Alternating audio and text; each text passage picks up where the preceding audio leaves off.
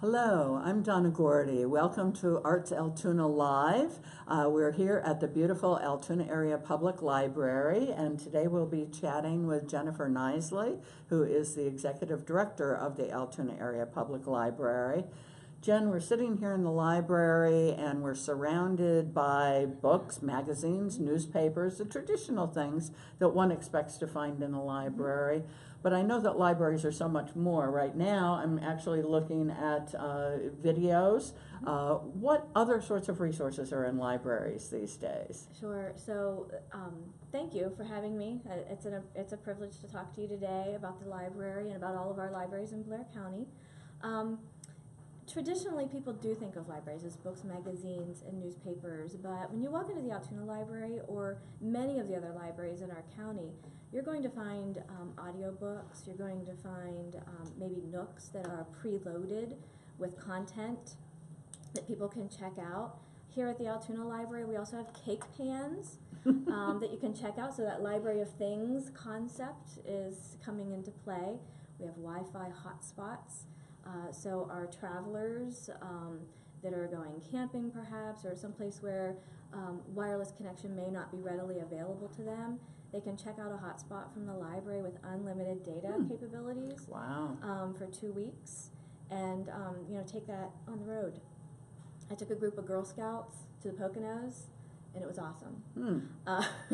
We have document scanner. Good to know. Yeah, we have puzzles, we have board games.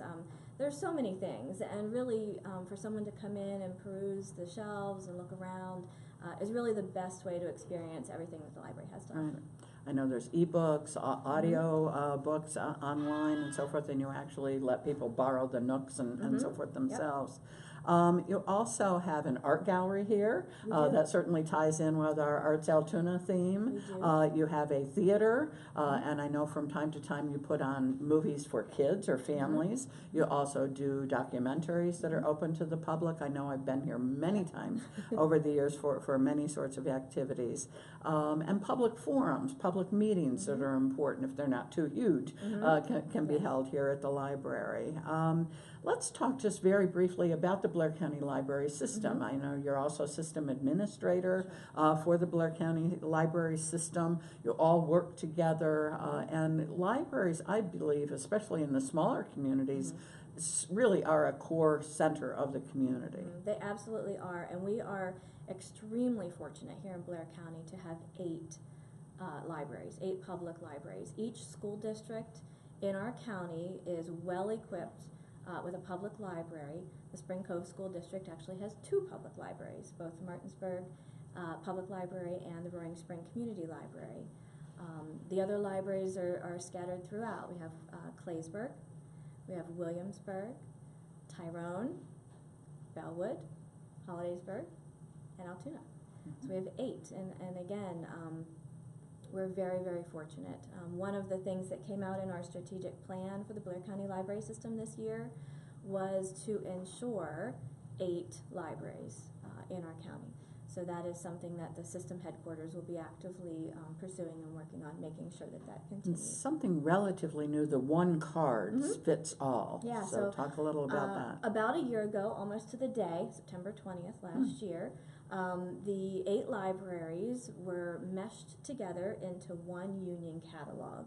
And what that meant for our patrons is that there was one searchable database with all of the holdings, all of the things that all of our libraries have to offer in one spot, and they no longer had to take up space in their wallets for 3, 4, 5 library cards. The one library card can be used at any of our 8 libraries. Now, I know that you also have computer labs. I know the very first time I went on the internet, it was at a library class many years ago here at Altoona to learn how to use this new thing called the internet. But you're way beyond that now with the computer lab, and you actually have 3D printers and all kinds of resources. Yeah, so a couple of years ago we were able to get a grant from the Office of Commonwealth Libraries to equip what we call the Creation Lab. There are so many things up there. There's cinematography equipment up there. There's photography equipment. There's music equipment up there. The green screen is along the one side. The 3D printer is up there. We have software for people to create 3D objects that they wish to print, or they can bring in an object. We have a 3D scanner, so they can bring in an object, scan it, and then print it on our printer. Well, it is back to school time, and so we're focused on youth. Talk to us about some of the things that go on in your youth room and related activities for kids and families in particular. Sure. Our youth room is probably our most active place in the library most days. We have programming for kids and families as young as birth, really. At 12 months old, we encourage families to sign their kids up for what we call the Mother Goose program.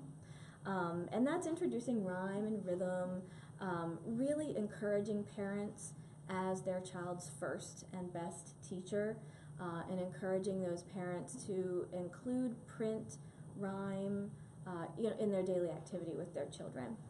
Toddler time is for 24 months to 36 months, and with that program, we kind of get into beginning to take turns and group play, and it really turns into almost a support group for our parents. That's a very difficult age developmentally, and a lot of times, families might feel as though they're the only family who's dealing with a certain issue. Behavior. Yeah. Story time then is for 36 months to kindergarten age, and it's much more structural and predictable as to what's going to happen, and we incorporate more individual participation in that.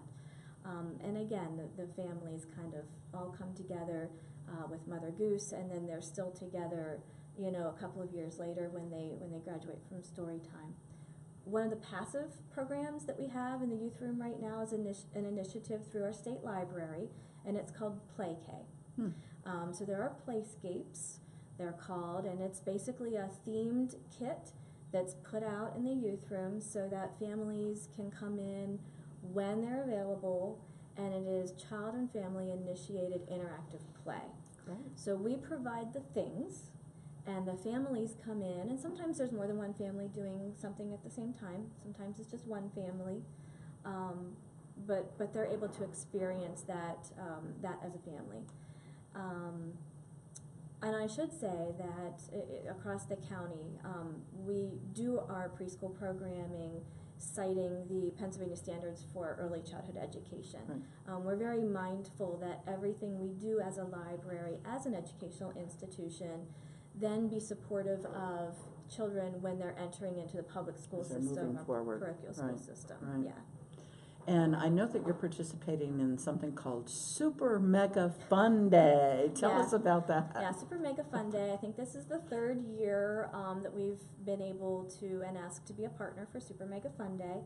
The planetarium at the high school, Quaint Corner Children's Museum, they come together and they offer an experience for families. And it really is a day-long experience for families, traveling around the city, getting to know some of these other local treasures that are available, that families might not be aware of everything that Quaint Corner has to offer, or the programs that the planetarium puts on.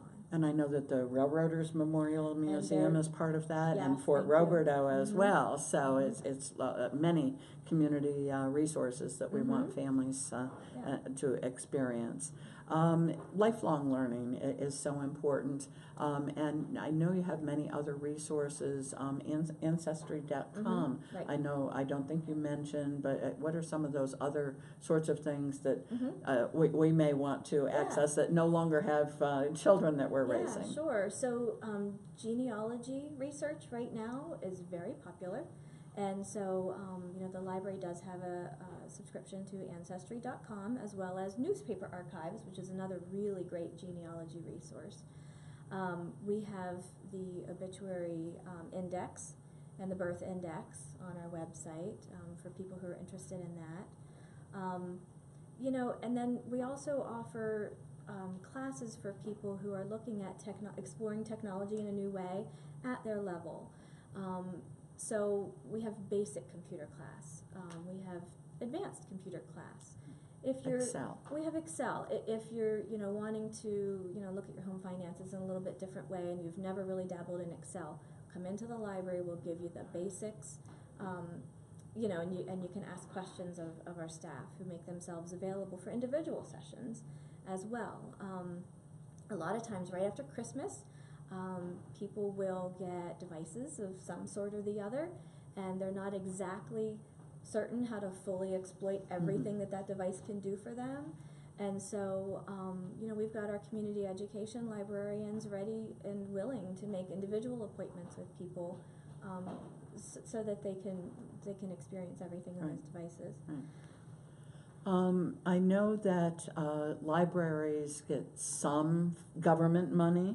I know the county has helped to fund historically, as well as state resources, but you rely also on local resources, contributions. You have Friends, which does fundraisers, upcoming used book sale you might want to mention, and then things such as memorial contributions when someone passes away or somebody's achieved a great award or an honor. It can be a recognition of that too. So expand on that a bit. To expand on the Friends, our Friends of the Altoona Area Public Library group are an awesome group of volunteers. They work tirelessly to ensure that the library is financially supported annually. We've actually received contributions from them of $50,000 for a number of years now. In addition, they operate our used book sale twice a year. The next one is coming up October 27, 28, and 30. That's the one here in Altoona, but all of our public libraries have used book sales. So if you're sitting out in one of those outlying areas and you've got some books that you'd like to donate, please visit one of those libraries I mentioned earlier. They would be happy to take donations of gently used books to support their book sales. And then as well. Shop and replenish Just your own keep bringing them bookshelves, back. right? Yeah. I know that the Altoona Area Public Library celebrating 90 years of existence. So We are. any special activities related to that? Each month, since April, we've been highlighting 1 decade of our existence. So we started in April with the 1920s. September, we're in the groovy 70s.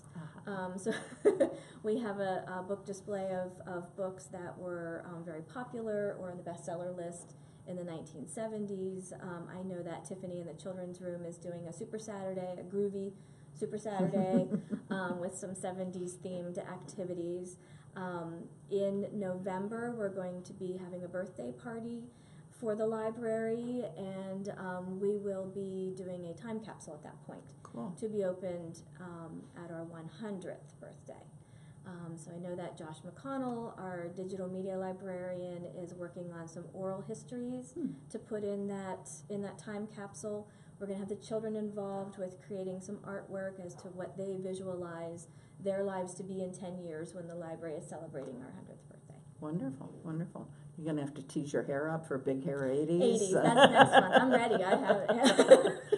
I know ArtsAltoona has already used the library resources. You've been part of our steering committee for a while now. You helped us to access the display cases, and we used one of the labs upstairs to teach people, artists and others, how to use our ArtsAltoona webpage and other resources. So I know you've been a wonderful resource to us, as you have to others. I know you mentioned to me earlier test proctoring isn't something that I was aware that that you do here. What other sorts of things might people not be aware of? Yeah, sure. So test proctoring, you mentioned we have a lot of distance learners in our community, and a lot of times when they're taking those exams, they have to have a certified proctor kind of in the room with them, and so we do offer that to our community. It's one of the things that as a community ed facility, we like to offer that. We have so many creative programming opportunities for our community. Once a month, we have a group come into the boardroom downstairs and teach people knitting. You don't need to know how to knit when you come, but you will know how to knit when you leave. We have Shelley Crochet Williams. too, or just knitting? I'm not sure. I think they probably can do crochet as well. Shelley Williams is a certified Zentangle trainer.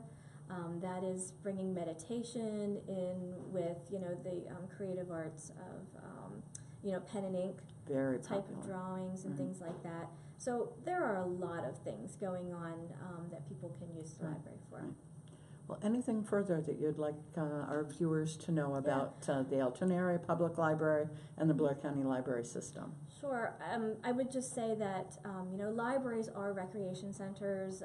We are educational institutions. We are social clubs. We are safe spaces. We're all of those things. And when you think about it, and I challenge you to think about it, another community organization that can provide all of those things for the community in such an efficient manner as our public libraries do in the county. Very proud to be part of it. Thank you. Thank you. Thank you.